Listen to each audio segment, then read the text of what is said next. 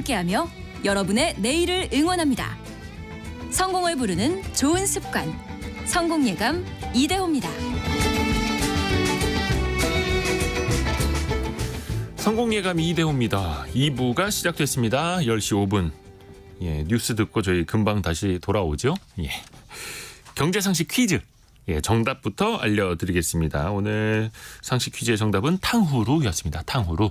어저께 국정감사장에 그 프랜차이즈 대표까지 출석을 할 정도로 지금 많이 화제가 되고 있는 그 간식. 참 뭐 건강에 좋다 안 좋다 논란들도 많긴 한데 쓰레기라도 좀 제대로 버렸으면 하는 마음도 많이 있고요. 탕후루 정답 많이들 보내주셨고요. 5659님이 대나무 꽂히는 쓰레기 봉투를 찌르고 일일이 꺾어서 담느라 애먹고 있습니다. 라고 환경지킴이예요 라고 하면서 보내주셨습니다. 고생 많으십니다. 고맙습니다. 그리고 1351님은 주말에 딸이랑 만들어 먹었는데 맛도 있었지만 딸과의 관계를 더 달달하게 만들어주는 맛이 있었네요 라고. 그렇죠. 좋은 쪽으로 잘 활용을 하면 좋을 것 같습니다. 정답 많이 보내주셔서 좋고요. 또 이거 좀 좋아져야 되는데 증시를 읊어드려야 되는 시간인데 오늘 코스닥이 2.4%나 또 한 번 급락을 하고 있습니다. 752포인트까지 밀려 있고요. 코스피는 1.87% 떨어진 2,319. 이제 2,300선 초반까지 내려가 있습니다. 원달러 환율은 1,356원까지 올랐네요. 6.3원 올라서 1,356원까지 뛰어 올라가 있습니다. 지금 거의 이제 10월도 하순 가고 있고 올해도 2달여밖에 남질 않았는데 내년 경제를 좀 해봐야 되는데 좀 좋아질 점이 보일까요? 경제 읽어주는 남자 김광석 교수와 함께 2주에 걸쳐서 저희가 경제 전망을 하고 있는데요. 지난주는 국내, 올해는 세계 더 넓게 나가 보겠습니다. 교수님 안녕하세요. 네, 안녕하세요.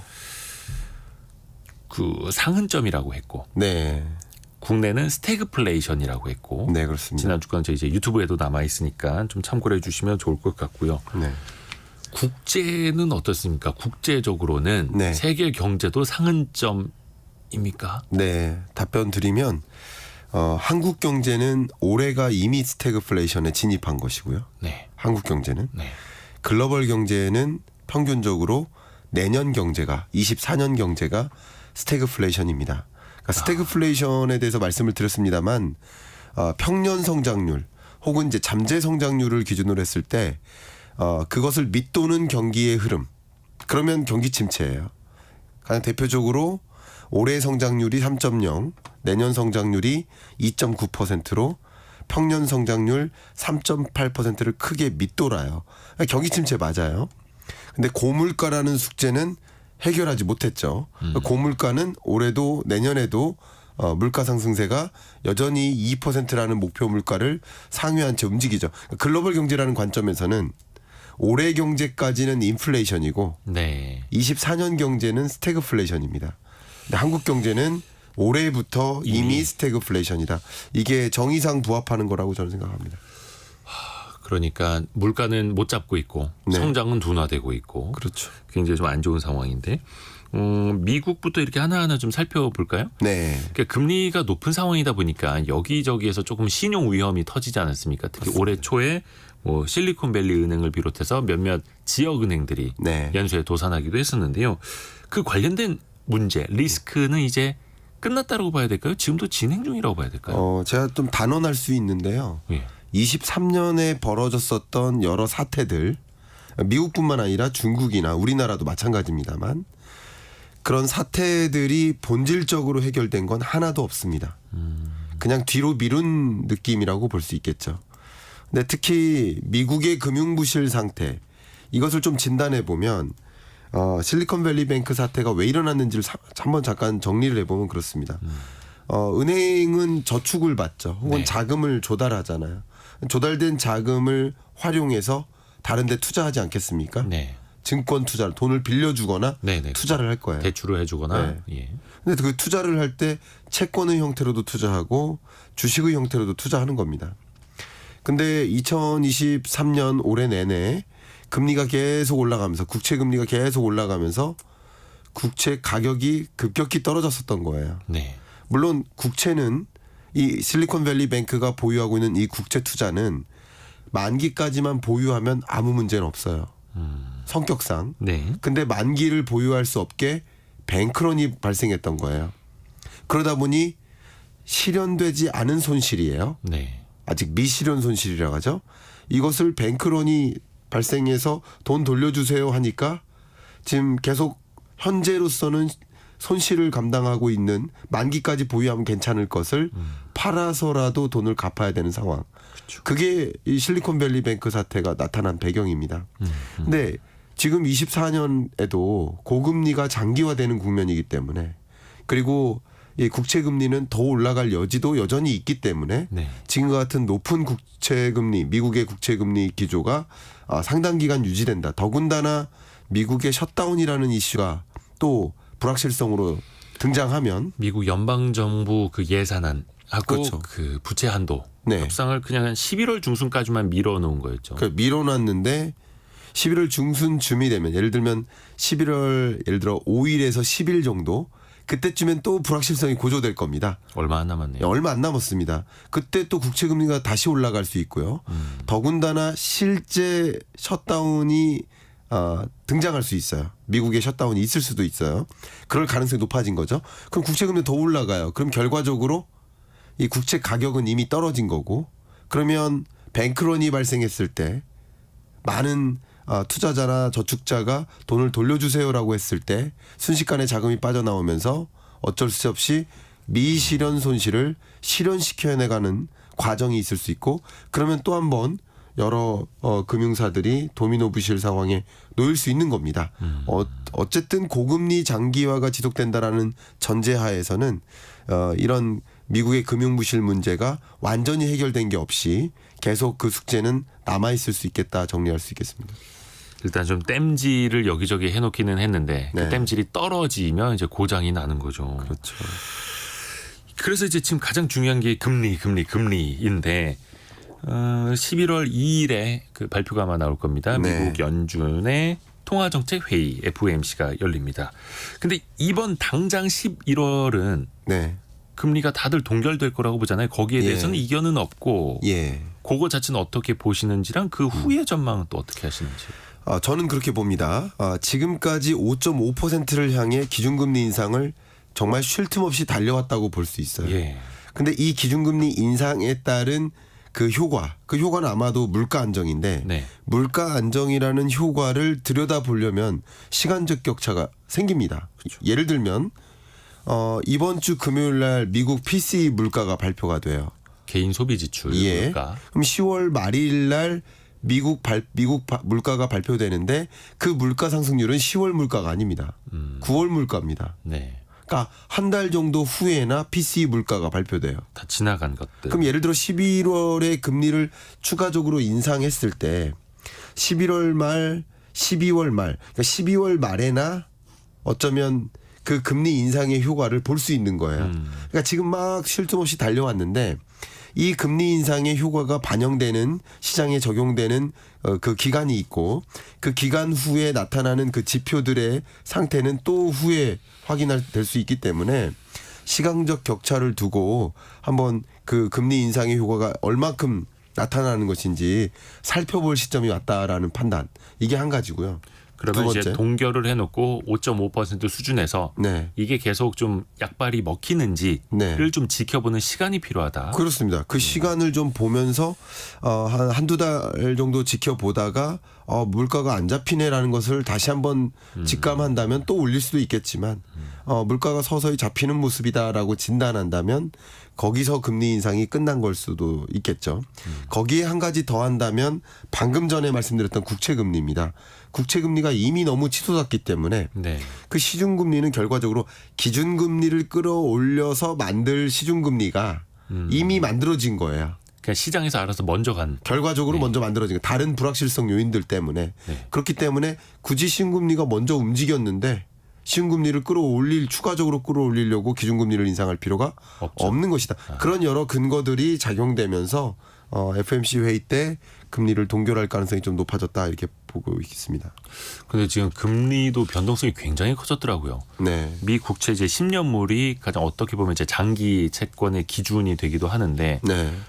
뭐 4% 중반까지 좀 안정이 되다가 또 빠르게 5%까지 치고 갔다가 또 다시 내려왔다가 또 다시 또 튀어오르고 물론 네. 여러 가지 중동의 문제라든지 여러 변수들이 있습니다만 그렇죠. 그래서 금리가 한때는 7%까지 갈 수도 있다. 네. 이런 주장도 나왔고 네. 빌 에크먼이라는 또 뭐 이렇게 리틀 버핏이라고 불리는 분은 네. 이제 내가 채권을 매도했던 포지션 정리했다라고 네. 하기도 하고 이 갈피를 좀 어떻게 잡아야겠습니까? 이 거물급 투자자들의 의견은 네. 어쩌면 자기의 투자 방식에 동조하는 발언을 할 가능성이 높아요. 그렇죠. 자기의 이해 그렇죠. 관계에 따라서. 이 관계의 입장에서 이야기하는 가능성이 좀 높아요. 그렇죠. 예를 들어 국채를 대거 투자했다가 국채를 다 팔았어요. 팔고 나서 그런 발언을 할 수도 있는 거예요. 그래서 저는 오히려 그런 거물급 그 투자자들, 이해 관계자들의 의견은 좀 예의주시하고 조심히 판단할 필요가 있겠다. 그러니까 맹목적으로 뭐 추종할 게 아니라. 그럴 필요는 네, 없겠다. 네. 저는 그런 의견을 먼저 드리고요. 네. 기본적으로 국채 금리는 다시 올라갈 수는 있습니다.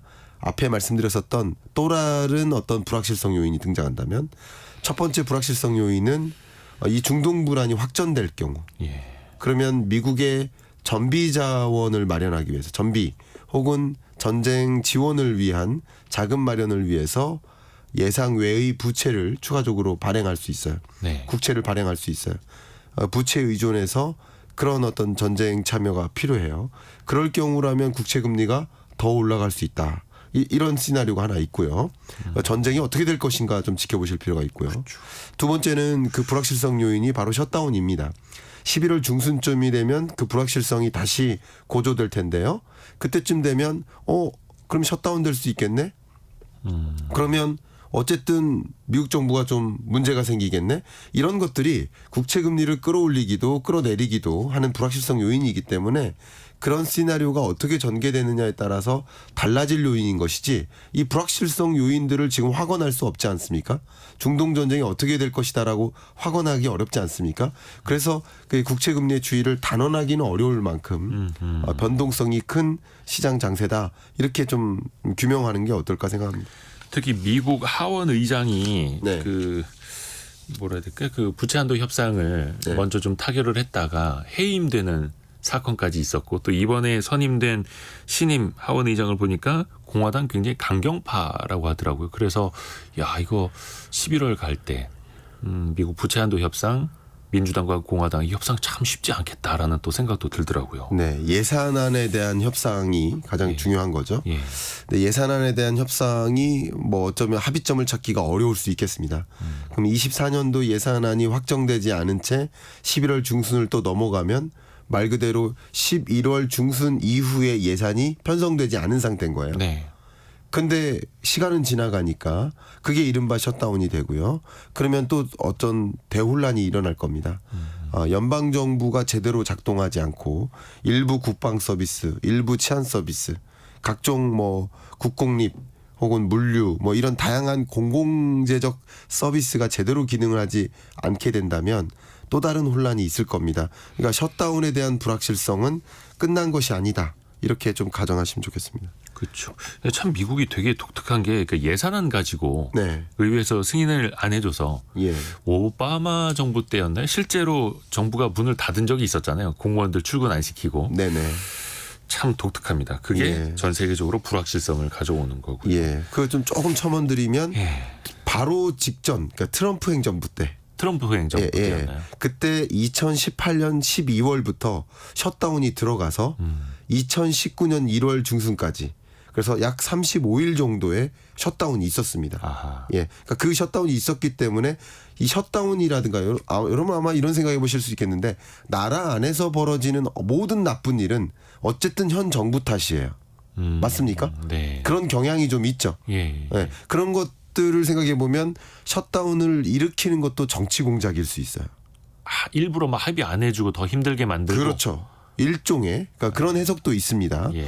그래서 이 공화당 강경파가 합의를 안 해주고 예산 지출을 많이 늘리는 걸 막고 함으로써 어쩌면 뭐 재선에 유리한 방식으로 정치 공작으로 이끌어 나갈 수 있습니다. 그러니까 그런 것들이 셧다운 가능성이 높아진다라고 보고 있는 거고요. 셧다운이라는 것이 정말 가능한 일인가 이런 생각하시는 분들이 있는데 네. 이미 여러 차례 미국 정부의 셧다운이 있었기 때문에 이번에도 가능한 일이다라고 또 상정할 필요도 있지 않을까 생각합니다. 또 미국은 내년에 대통령 선거가 있기 때문에 네, 더 그냥 앙숙처럼 네, 으르렁댈 수도 있는 거고요. 그렇습니다.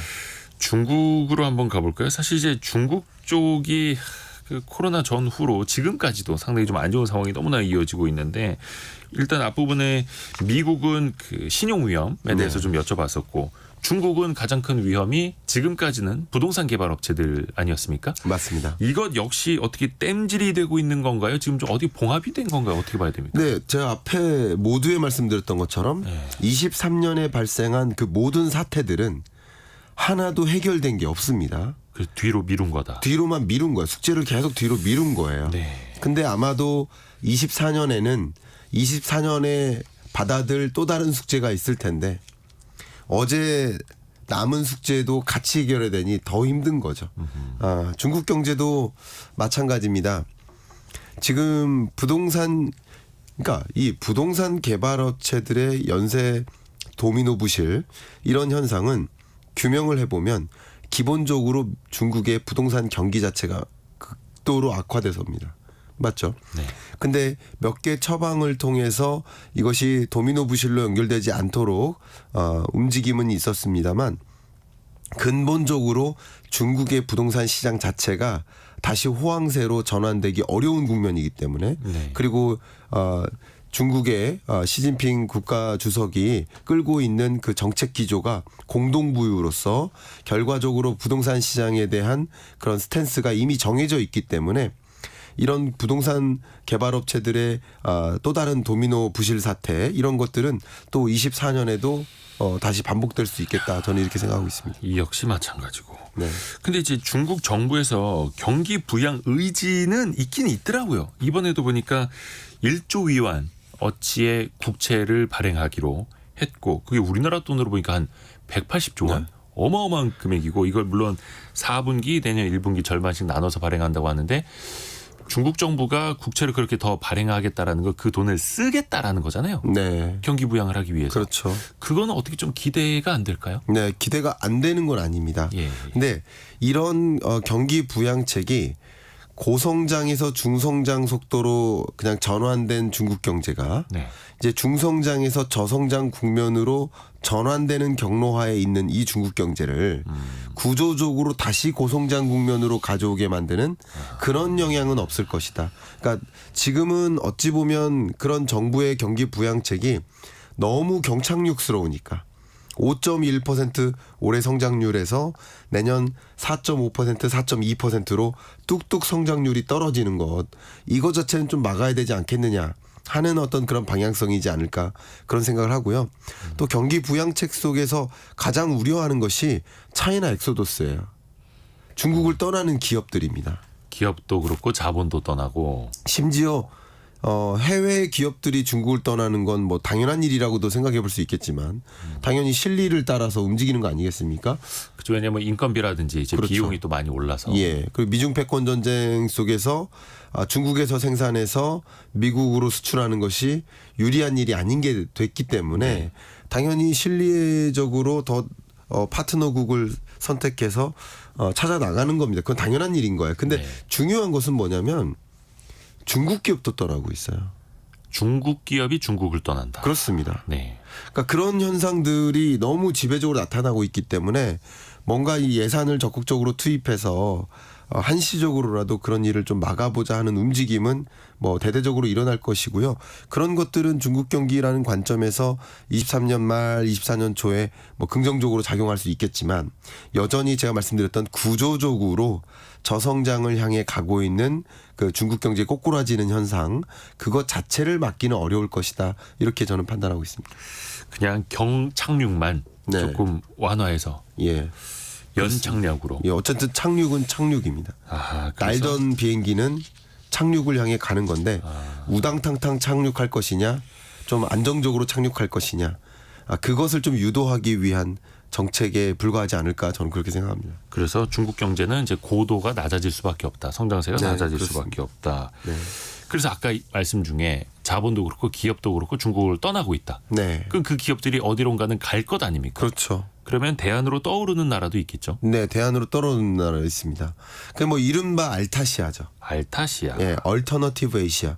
그러니까 중국을 대체할 아시아 신흥국들을 일으켜서 이게 가리켜서 알타시아 이렇게 표현을 하고 있는데 가장 대표적인 나라들이 인도, 인도네시아, 그리고 필리핀, 베트남, 캄보디아.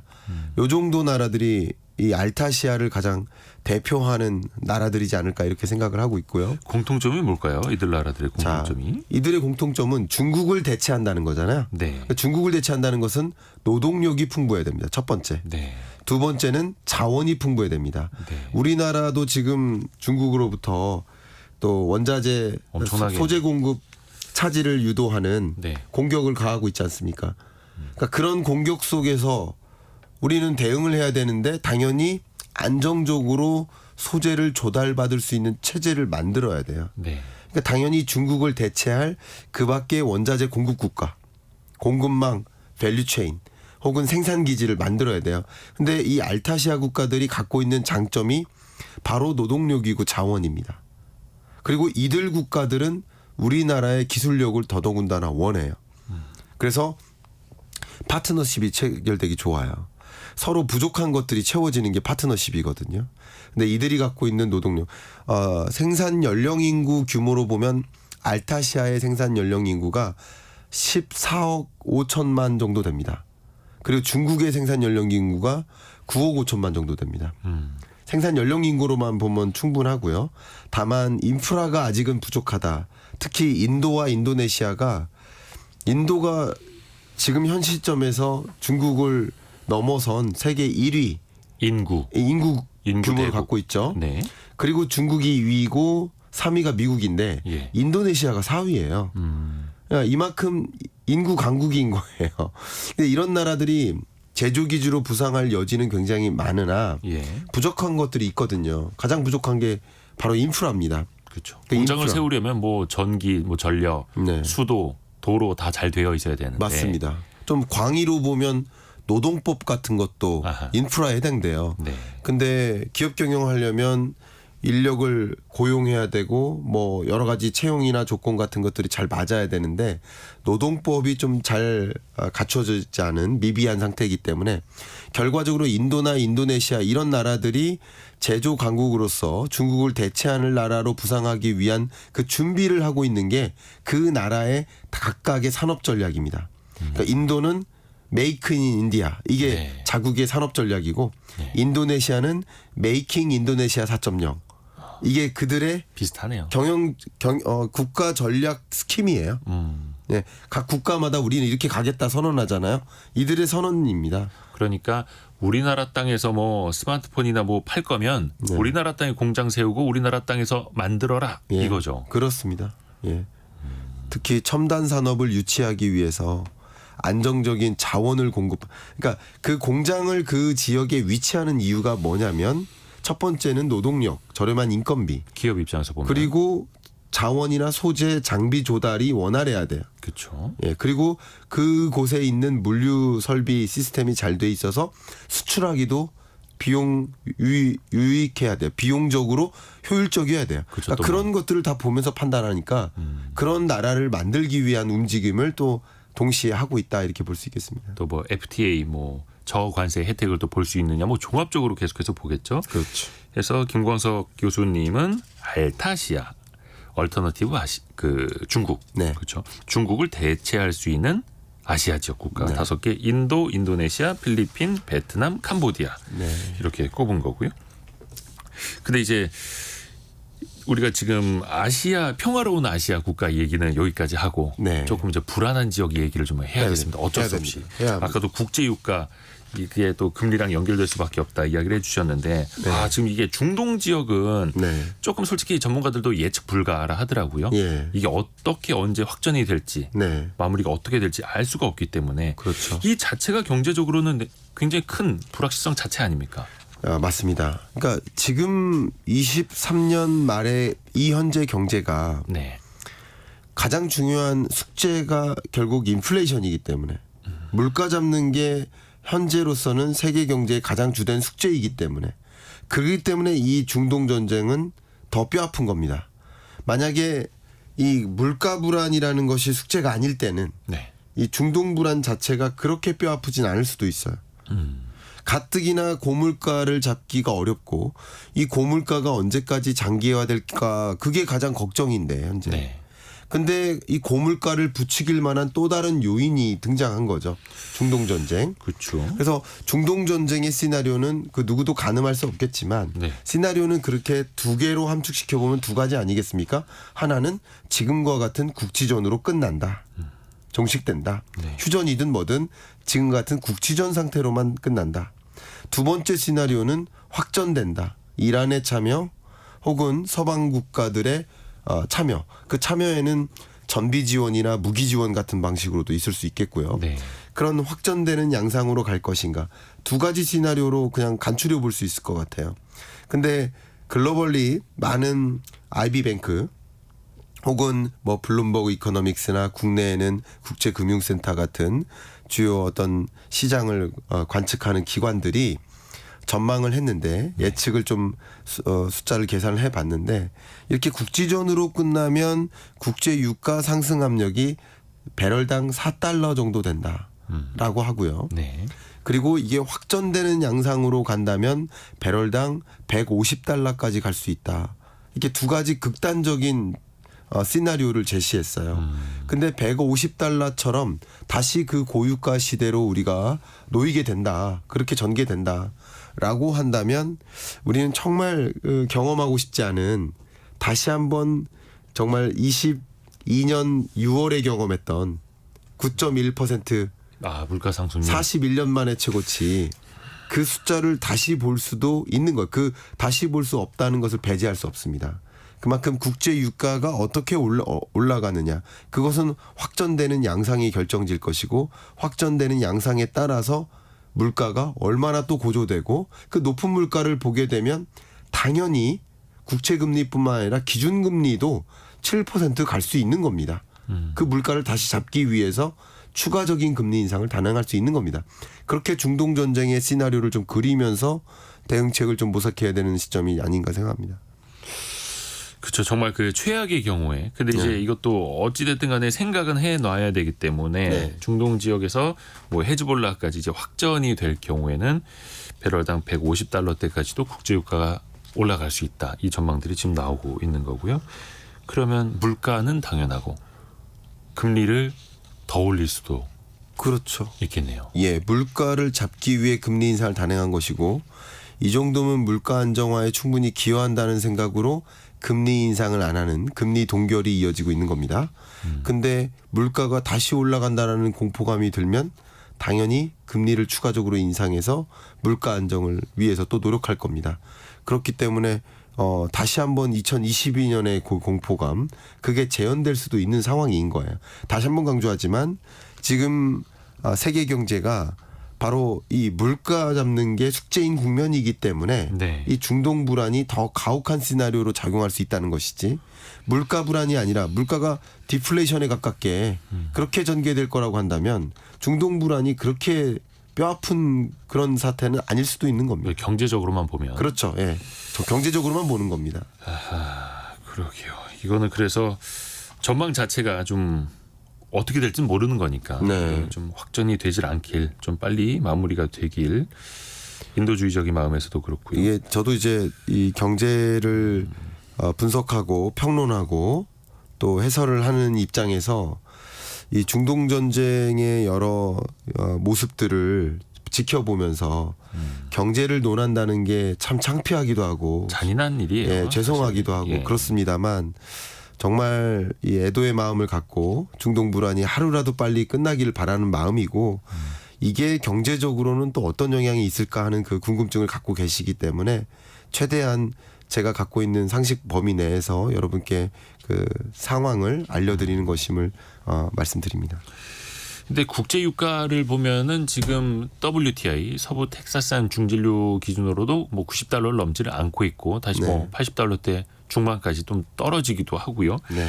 아직까지 그러면 확전에 대한 가능성은 국제 유가 가격에는 반영은 되고 있지 않다. 이렇게 봐도 될까요? 현재로서는 확전되지 않을 것이다라는 데 무게를 더 두고 있는 거죠. 국제 유가 선물 시장, 원유 선물 시장에서는 네. 확전되기보다는 이렇게 국지전으로 마무리될 거야 하는데 조금 더 베팅을 하는 거라고 볼 수 있는 거죠. 네. 그리고 국제 유가는 항상 이 중동발 원유 공급 그것에 의해서만 결정되는 게 아니죠. 그 밖에 다른 산유국들의 추가적인 원유 공급 가능성. 주로 만약에 확전되는 양상이 있을 시 미국은 베네수엘라에 대한 경제 제재를 적극적으로 풀어서 빨리 원유 공급을 메이크업 할 수 있도록 더 많이 늘릴 수 있는. 그렇죠. 그런 어떤 시나리오도 이미 가정하고 있고요. 또 한 가지는 전쟁은 경기 침체를 또 같이 동시에 불러와요. 경기 침체를요. 그럼요. 전쟁 자체는 경기적으로는 안 좋아요. 왜냐하면 그만큼 예를 들어 이스라엘 같은 경우도 여러 생산 활동이 멈춰요. 네. 그럼 우리나라의 반도체 수출도 제약이 있는 겁니다. 이스라엘에 얼마나 많은 그 첨단 산업들이 있는데요. 그렇죠. 그러니까 우리나라의 반도체 공급에 차질이 있어. 이런 식으로 경기적으로는 부정적인 영향을 줘요. 근데 그만큼 이 전쟁이 발생하면 올라가고 있는 물가는 더 올려놓고 내려가고 있는 경기는 더 내려놓는 영향. 결과적으로 이 스태그플레이션을 더 고착화시키는 영향이라고 우리는 규정할 수 있겠는데 근데 이 전쟁 자체가 조금 더 경기 침체인 모습으로만 영향을 미친다. 그럼 또 원유 수요에 영향을 주잖아요.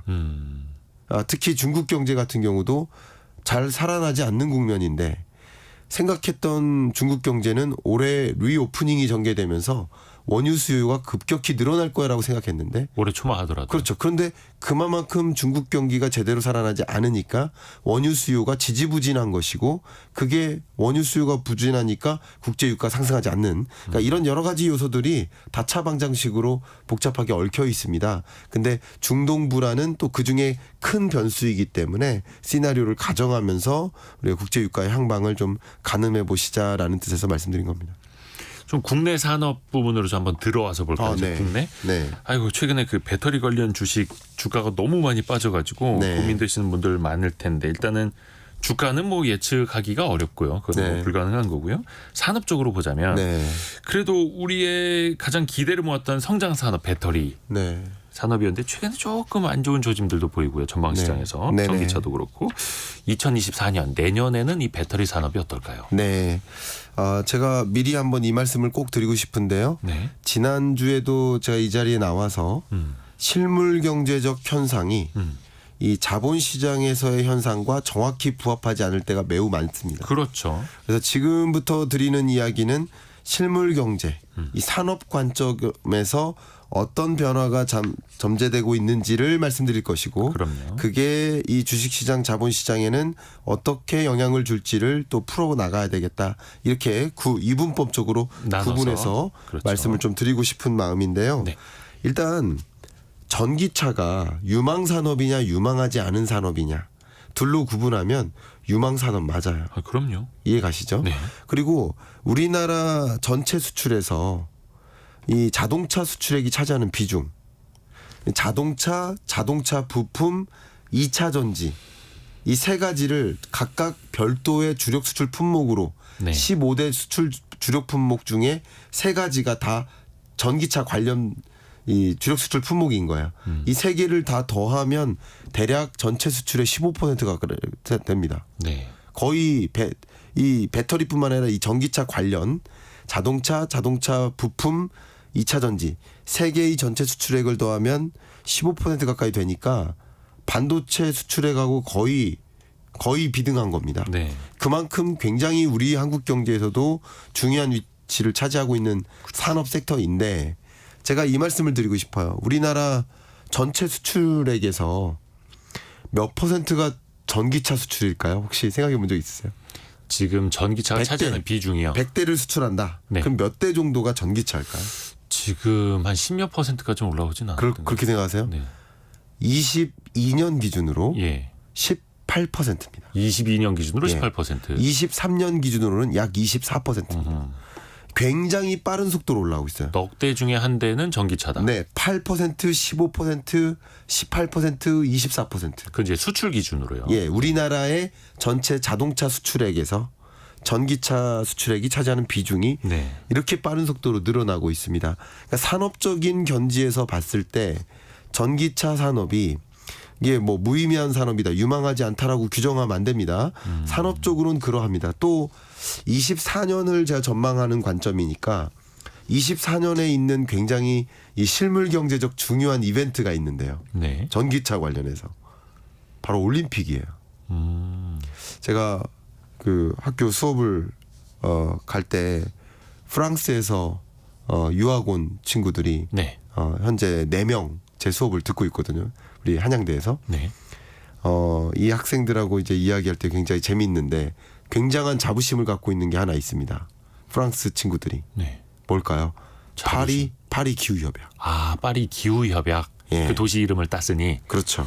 파리에서 개최된. 예. 근데 이번 올림픽이 2024년에 파리에서 개최돼요. 그렇죠. 파리에서 열리죠. 그래서 기후협약을 계기로 한 거라고도 볼 수 있겠는데 되게 재밌는 그 제도를 도입합니다. 원래는 네덜란드와 노르웨이가 2025년부터 내연기관차 판매를 금지시킵니다. 원래는요. 예, 그럴 계획입니다. 네. 현재까지도. 근데 프랑스는 아니고 파리에서 네. 파리 올림픽이니까 파리에서 세계에서 가장 먼저 전기차 아니면 판매를 금지시킨다. 내연기관차 판매 금지법을 가장 먼저 도입하는 지역이 되는 거예요. 올해가. 네. 아니, 2024년이. 예. 그러니까 그런 걸 계기로 전기차의 비중 당연히 기하급수적으로 늘어날 가능성이 높고요. 우리 기억하십니까? 평창 동계올림픽 열렸었잖아요. 예. 그때 우리가 적극적으로 내보였던 기술적 영역이 5G였었어요. 아하, 네. 그리고 우리나라 5G 선도 국가가 됐어요. 예. 뭐 그것 때문에 됐다기보다는 하나의 계기라고 볼 수 있겠는데 그만큼 전기차 산업이 매우 중요한 산업이라는 것을 유러피안 강국들도 알고 있기 때문에 차라리 먼저 대응해서 우리가 그 전기차 시장을 가져가자라는 움직임도 동시에 일어나고 있는 겁니다. 그렇게 이 전기차 산업의 성장 속도가 굉장히 빠르게 전개되고 있고요. 그만큼 2차 전지도 많이 보급이 필요한 상황인데 문제는 2차 전지를 두고 각축전이 벌어지고 있어요. 그러니까 2차 전지에 산업 섹터가 부상하는 건 맞아요. 네. 근데 그 2차 전지를 쪼개먹는 거죠. 심지어 자동차 제조사마저 2차 전지 산업으로 들어가고 2차 전지 안 하던 기업들도 2차 전지에 관심을 갖고 2차 전지를 고도화하고 차세대 2차 전지를 개발하고 하는 방식으로 그 2차 전지 산업을 쪼개먹고 있기 때문에 상대적으로 글로벌 2차 전지 시장에서 우리나라의 배터리 기업들이 차지하고 있는 시장 점유율은 줄어들고 있는 게 그건 사실입니다. 경쟁이 엄청 이제 치열해지는 거죠. 그렇습니다. 성장 산업이라는 건 누구도 부인을 못 하는데 네. 성장 산업이기 때문에 또 다들 뛰어드는 거고요. 네. 저도 2024년 경제 전망할 때 뭐 한 7개의 세계 경제 트렌드, 또 7개의 한국 경제 트렌드, 그리고 뭐 6개의 산업 트렌드를 제시를 하는데 네. 2차 전지에 대해서 그 어떤 때보다 더 깊숙이 들어가 봤습니다. 근데 우리나라에서 형성된 좀 어떤 여론은 뭐냐면 마치 한국의 2차 전지 경쟁력이 떨어질 수 있다. 기술 경쟁력이라는 관점에서 중국의 추월을 받고 있다. 한국의 2차 전지 시장 점유율이 좀 줄어들고 있다라는 표현을 하면 2차 전지 팬분들이 안 좋아하세요. 굉장히 이상한 현상인 거예요. 듣기 싫은 소리죠. 듣기 싫은 소리라고. 네. 그거 잘못된 겁니다. 저는 그렇게 생각합니다. 네. 그 여러 가지 목소리를 들어보고 그렇죠, 그렇죠. 뭐가 맞는지 분석을 해보고 의사결정을 해야 되는 건데 정말 제가 이거 단언할 수 있는데 우리나라에서 2차 전지만 25년 연구한 키스트의 한 센터장님하고 네네. 1시간 넘게 대담하면서 네. 제가 생각하는 게 맞는지도 정합을 좀 따져본 적도 있는데 우리나라의 2차 전지 기술이 독보적인 기술 맞습니다. 근데 추격받고 있는 것도 사실인 거예요. 예. 영원히 우리가 1등이라는 법은 없는 거예요. 그러니까 우리가 그렇죠. 제가 드리는 목소리는 뭐냐면 더 기술 진보를 통해서 기술 혁신을 통해서 격차를 벌리고 나아가자는 말이지 추격받고 있으니까 우리나라 배터리 산업에 투자하면 안 된다라는 뜻이 아닙니다.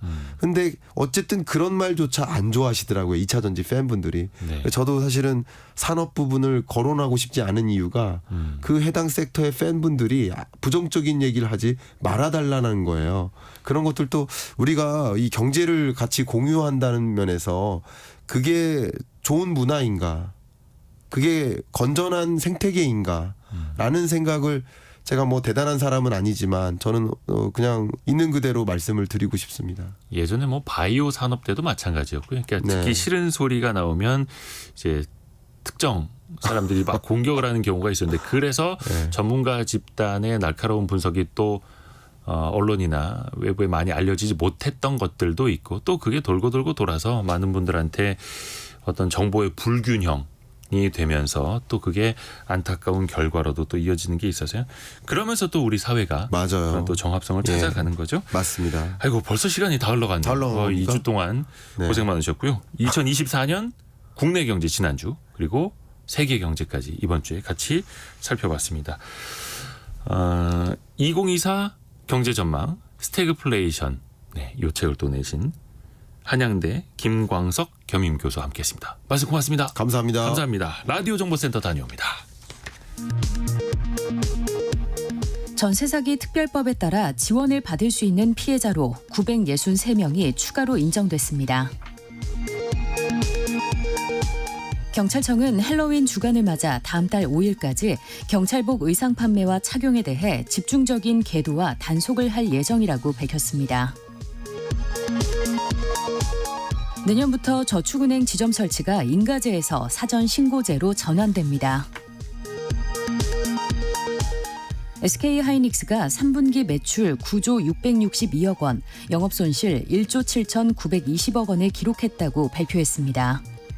지금까지 라디오 정보센터 조진주였습니다. 조금 전에 속보가 안 좋은 게 나왔네요.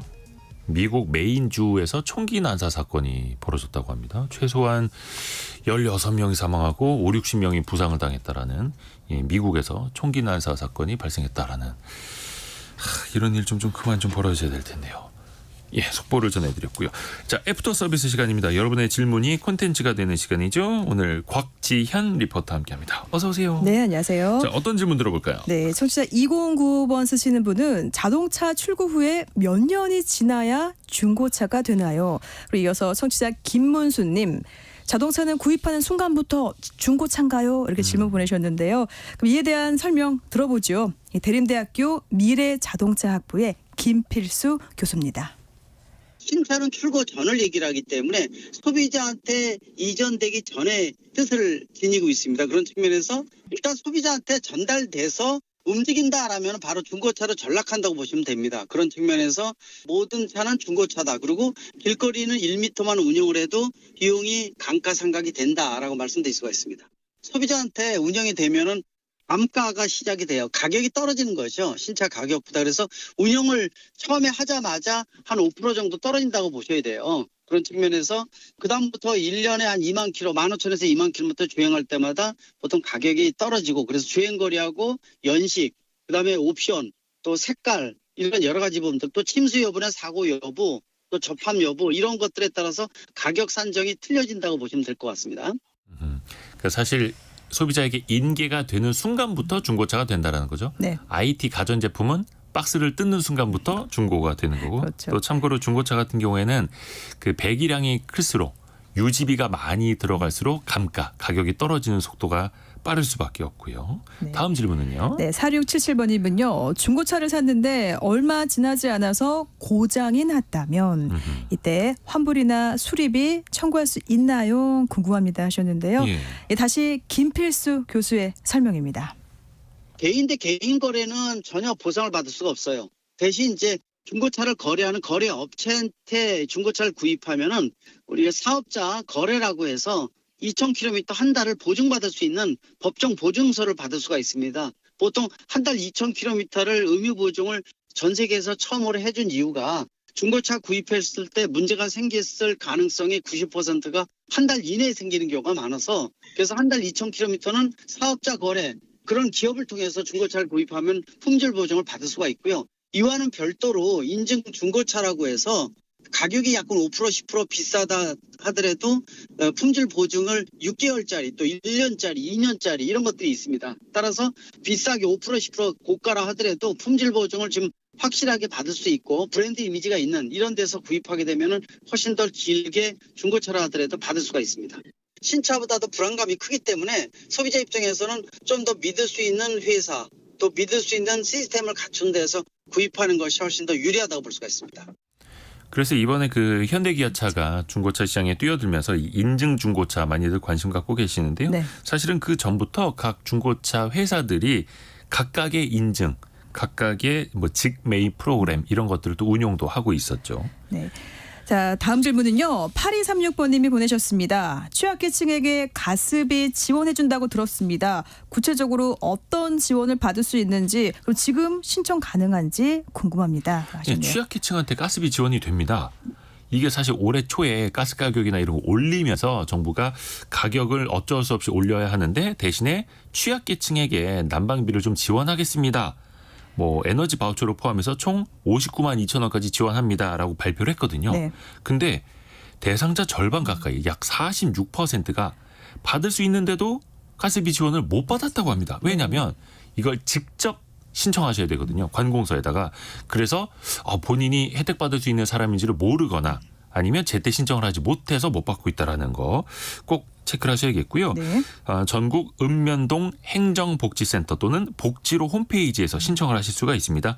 그리고 에너지 바우처 콜센터는 1600-3190 3190 1600-3190이라는 것도 참고해 두시면 좋을 것 같습니다. 네. 자, 다음은 0711번님은 미분양 자료 어디에서 볼 수 있나요? 아파트만 확인 가능한가요? 보내셨는데요. 네. 다 가능합니다. 바로 전국에 있는 미분양 주택 아파트 현황 자료는요. 두 가지 방법입니다. 우선 이 국토교통부 홈페이지에 들어가셔서요. 정보 공개 클릭하시면 되고요. 또 이때 국토교통부 데이터 통합 채널 클릭하시면 네. 됩니다. 또 한 가지 방법은 국토교통부 통계누리 홈페이지에 들어가시면요. 좀 더 자세한 전국의 미분양 주택 현황 보실 수가 있고요. 또 내가 사는 지역만 확인하고 싶다. 그러면은 각 지자체별로 시청 홈페이지에 한번 들어가 보시죠. 뭐 서울시청, 뭐 경기도청, 광주광역시청 이렇게 홈페이지 들어가시면요. 미분양 정보 보실 수 있습니다. 네. 그 국토교통부 통계누리 홈페이지 들어가서 여러 데이터들 보시면요. 뭔가 이제 부동산이라든지 이런 보는 눈이 좀 넓어지기도 합니다. 그래프도 공부하는 느낌이 납니다. 자, 곽지연 리포터 고맙습니다. 네, 고맙습니다. 자, 성공예감 2대5입니다. 여기서 모두 마치고요. 내일 아침 9시 5분에 다시 돌아오겠습니다. 성공예감은 오늘도 여러분을 응원합니다.